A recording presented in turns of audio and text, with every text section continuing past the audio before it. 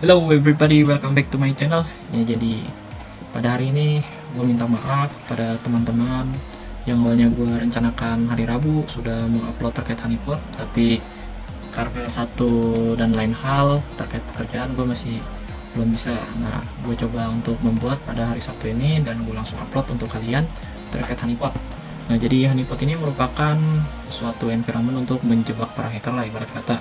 Nah, di sini ada internet honeypot, ada DMZ honeypot, dan honeypot, yang dimana nanti ketika ada seorang hacker ingin masuk ke dalam sistem kita, mereka bisa terjebak ke dalam honeypot kita dan kita bisa melihat interaksi-interaksi apa aja yang dilakukan seorang hacker pada sistem kita, script apa aja yang diupload, malware apa aja yang diupload, reverse apa aja yang diupload, untuk dijadikan bahan-bahan kita untuk meneliti gitu budaya-budaya hacker seperti apa.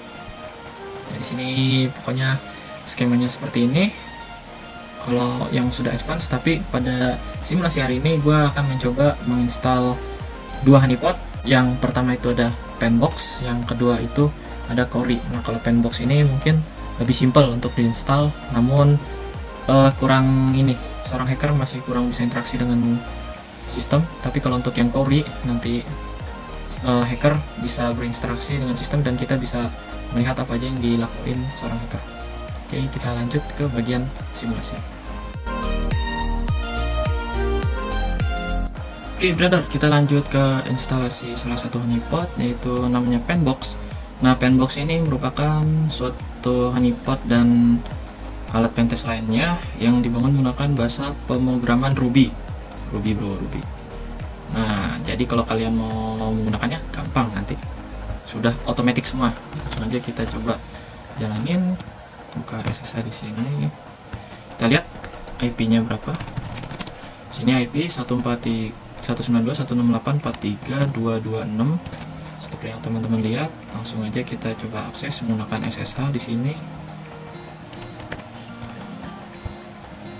SSH snack ini terus masukin. Oke, mungkin kekecilannya segini. Oke, siap. Nah, berikutnya kita download dari source-nya, yaitu di Penbox. Kita bisa langsung di git clone,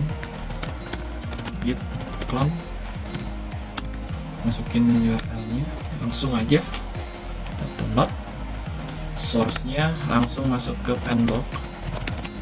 Nah, di sini ada target Z masih terkompresi. Kalau untuk buka target Z tinggal menggunakan komentar zxvf Penbox. Oke, langsung kita masuk ke directory Penbox-nya. Nah, jadi di directory ini nanti kalian menjalankan script yang ini, .ruby. Nah, terkadang ada beberapa OS Linux yang belum terinstall Ruby. Caranya bagaimana install Ruby? Gampang, kalian sudo dulu. Tinggal apt install Ruby strip full. Kalian yes, kemudian dia menginstal, kalian tungguin. Oke, Ruby-nya sudah terinstall. Langsung aja kita jalanin penbox.ruby dengan komen /penbox.rb. Nah, di sini kalian nanti memilihnya menggunakan network tools, lalu pilih honeypot.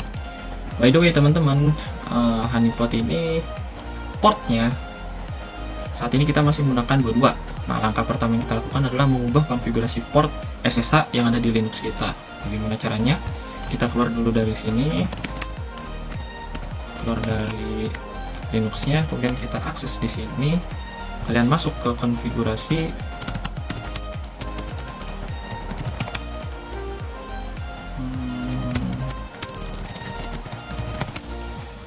/etc, masuk ke SSH. Nah, di sini kalian ubah config dari SSH config-nya menggunakan nano. Nah, di sini portnya masih 22. Nah, nanti honeypot yang kita setting di port 22, port common port untuk SSH. Jadi biasa brute forcers pasti nembaknya ke port 22. Kita ubah port kita menjadi misalnya 1996. Kita simpan. Kemudian kita keluar dan kita restart SSH kita yang ada di Linux dengan menggunakan command /etc init d ssh restart. Oke, sudah di restart. Jadi nanti kalau kalian menggunakan SSH nya ditambah -p artinya port, masukin portnya 1996 dan kalian login, SSH nya sudah masuk. Oke, sudah masuk sebagai root. Kita akses lagi sandbox nya, jalankan Ruby nya. Nah, di sini ada pilih lagi network tools, lalu honeypot. Nah, sekarang kita manual configuration dulu. Insert port to open. Nah, jadi port buat menjebak para hacker ini kita gunakan port 22. Lalu insert force message to show. Lalu kita kasih haha aja. Save log instruction. Mau disimpan di lognya apa enggak? Misalnya enggak, ya kalian tinggal end. Activate beep sound when intrusion. Dibunyi nada beep gitu kalau ada attacker. Nggak usah. Oke, jadi di sini honeypotnya sudah aktif di port 22, kita biarin aja. Misalnya kita buka komen yang lain, misalnya menggunakan cmd. Misalnya ini seorang attacker nih, hacker asik ceritanya. Dia mau mencoba masuk ke sini, SSH. Misalnya dia langsung nembak root F192.168.43.226. Dia nembak tek, langsung terdeteksi. Intrusion attempt detected. Di sini langsung connection plus by remote host. Jadi secara real time kita bisa mendeteksi adanya yang mencoba menyusup ke dalam sistem kita di sini. Nah, di sini kan dia bisa mengetahui ada yang mencoba menyusup dari 192.168.43.131. Nah, si defender bisa langsung menerapkan IP table untuk memblokir IP tersebut ini. Jadi dia tidak bisa melakukan akses SSH lagi, bahkan ke port-port yang lain ketika IP tersebut sudah diblokir di settingan firewall IP table.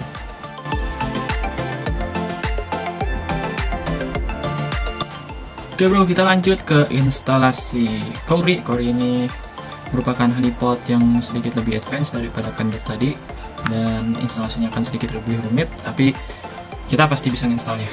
Kita buktikan. Hai. Jadi di sini kita login dulu SSH-nya pada IP 192.168.43.106.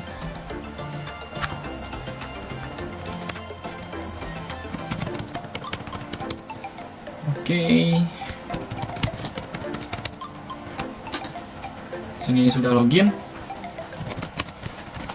Nah, langkah berikutnya adalah kita melakukan instalasi dependencies yang dibutuhkan untuk menjalankan Cori. Oh, salah.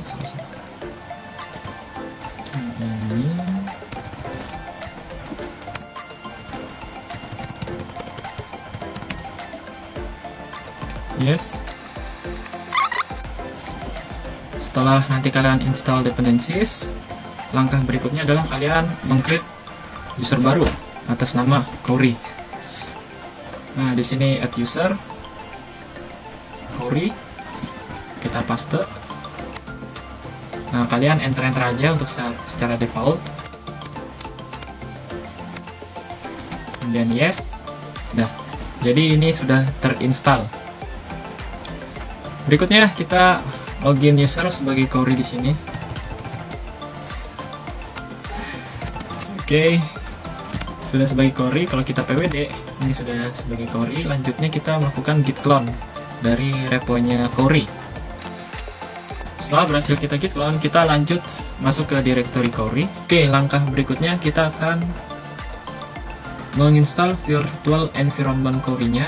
Kita menggunakan command yang ini. Paste, kita tunggu instalasinya. Oke teman-teman, jika sudah terinstall maka di sini ada done, artinya virtual environment kalian sudah siap. Berikutnya kita aktifkan virtual environment-nya. Kita aktifkan virtual environment-nya. sudah di sini. Kemudian kita lakukan upgrade PIP.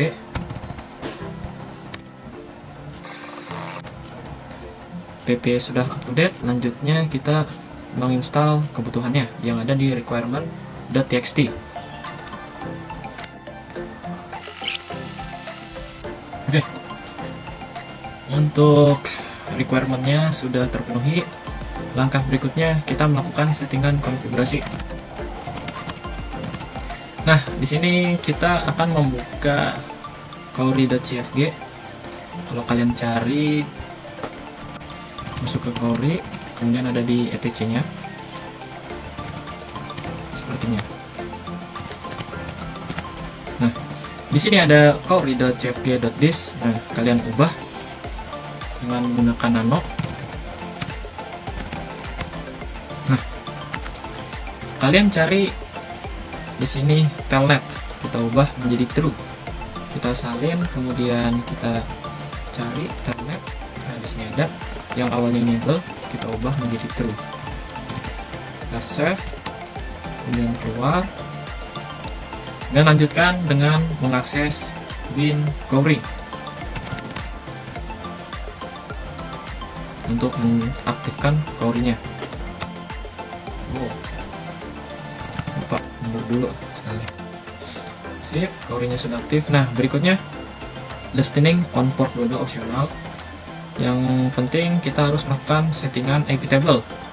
Nah, jadi IP table ini akan memforwarding dari ketika ada yang mengakses port 22 akan di forward ke port 2222, yaitu masuk ke dalam Cori. Langsung aja kita setting IP table-nya. Pertama kita keluar dari virtual environment-nya Cori, lalu kita setting IP table-nya untuk SSH, kemudian untuk telnet-nya. Lalu jika kalian menggunakan operating system macOS, jangan lupa menjalankan ini, karena saya menggunakan Linux jadi tidak perlu. Berikutnya kita jalankan autobind. Kita copy setiap komennya aja, kita jalanin satu persatu.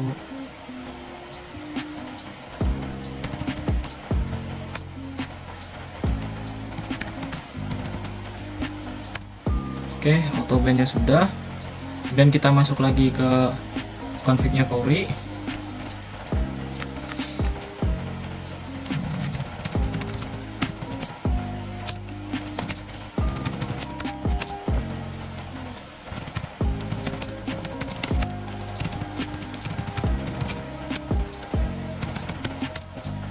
Kita ubah settingannya menjadi seperti yang tertera pada gambar. Kita cari SSH terlebih dahulu. SSH. Nah, bukan. Nah, jadi harus yang seperti ini SSH-nya. Lalu kita scroll ke bawah, cari yang listen endpoint. Nah, di sini listen endpoint kalian ubah menjadi 22. Ctrl O, Ctrl X. Yes, di save. Oh, nggak bisa. Oh, jangan lupa sudo.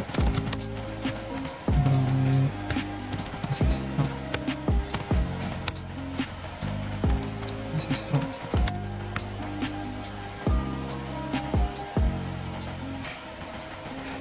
Ubah menjadi 22.